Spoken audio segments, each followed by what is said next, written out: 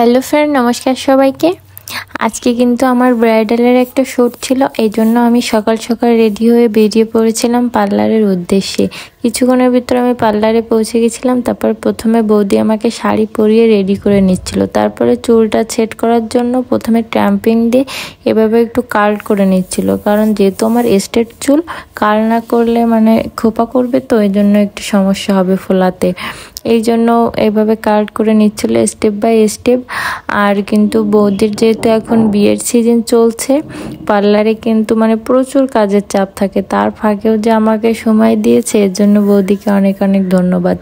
আর আপনারা যদি এই মুহূর্তে যাদের বিয়ে বা হলুদের সাজ, মেহেন্দির সাজ সাজতে চান, তারা অবশ্যই বৌদির সাথে আপনারা যোগাযোগ করে আগের থেকেই বুকিং দিতে হবে, কারণ যেহেতু বিয়ের সিজন, ওইভাবে করলে কিন্তু মানে সব সময় তো আর ফাঁকা থাকে না, আগে থেকেই বুকিং দেবে। তারপর দেখেন, কথা বলতে বলতে কিন্তু আমার চুলটা একেবারে সেট হয়ে গেছে। এরপরে আমি বেজ মেকআপের জন্য বসে পড়ছি। একে একে কিন্তু সুন্দর করে বৌদি আমাকে সেট আপ দিচ্ছিল মেকআপের। আর আপনারা দেখলেই বুঝতে পারবেন যে তার মানে কত সুন্দর করে কাজ করছিল, যে শুধু আমার কাজে না, আর আপনার যারা মানে তাদের পার্সোনাল পছন্দ থাকে আমাকে এরকম লুক করে দিতে হবে, অবশ্যই বৌদি সেরকম লুক করে দিতে পারে একবার দেখলেই। আমি কিন্তু এই লুকটা বৌদিকে হালকা একটু বলছিলাম যে আমাকে একটু এভাবে করতে হবে, সে কিন্তু সেই অনুযায়ী করে দিয়েছে। তারপরেও কিন্তু বৌদির কাজ আমার সত্যি অনেক খুব ভালো লাগে।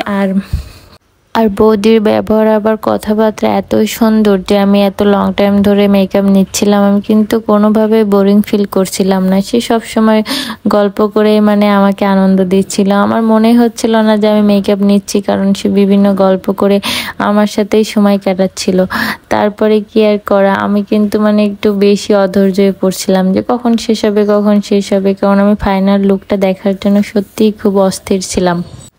আর এখানে মেকআপের প্রত্যেকটি প্রোডাক্ট কিন্তু একেবারে ইন্ডিয়ান প্রোডাক্ট, এখানে কোনো দেশি প্রোডাক্ট ইউজ করা হয় না, কারণ দেশি প্রোডাক্টের মেকআপ আর আপনার বিদেশি বলেন বা ইন্ডিয়ান যে মেকআপগুলো থাকে, এইগুলোর মেকআপ কিন্তু যারা ইউজ করে তারা বুঝতে পারে যে মেকআপের যে ফিনিশিংটা কত সুন্দর আসে যে বাইরের মেকআপগুলো করলে।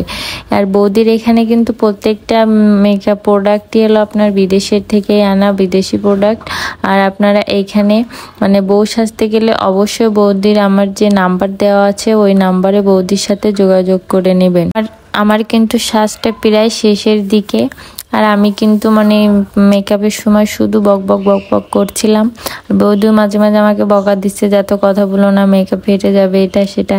আমার কিন্তু ভালোই লাগছিল। তারপরে গাইস দেখেন, আমি কিন্তু আমার ফাইনাল লুক দেখে পুরো অবাক হয়ে গেছি যে আমাকে এত সুন্দর লাগছে। বাপরে বাপ, আমি যে এত সুন্দর এটা আমি আগে নিজেও জানতাম না। তারপরে যাক, নিজের দিকে আমি নিজেই চোখ ফেরাতে পারছি না, আমি ভাবছি তো আমাকে পুরো ঐশ্বরিয়ার মতো লাগছে। যাই হোক, গরিবের ঐশ্বরিয়া কি আর করা। তারপরে আমার কপালে কিন্তু বৌদি কলকা আঁকছিল, যেহেতু আমি মানে নতুন কনের সাজ নিয়েছি, আর নতুন কনেদের তো কলকা না আঁকলে অতটা সুন্দর লাগে না, তাই কিন্তু সুন্দর করে বৌদি একটা ইউনিক একটা কলকা আঁকছিল, সিম্পলের ভিতরে বলতে পারেন, এটা সুন্দর কলকা এঁকে দিয়েছিল আমার কপালে। তারপরে কিন্তু আমার পুরোপুরি রেডি হওয়া শেষ, এটাই ছিল আমার ফাইনাল লুক। দেখেন কেমন লাগছে গাইস, আর ধন্যবাদ সবাইকে।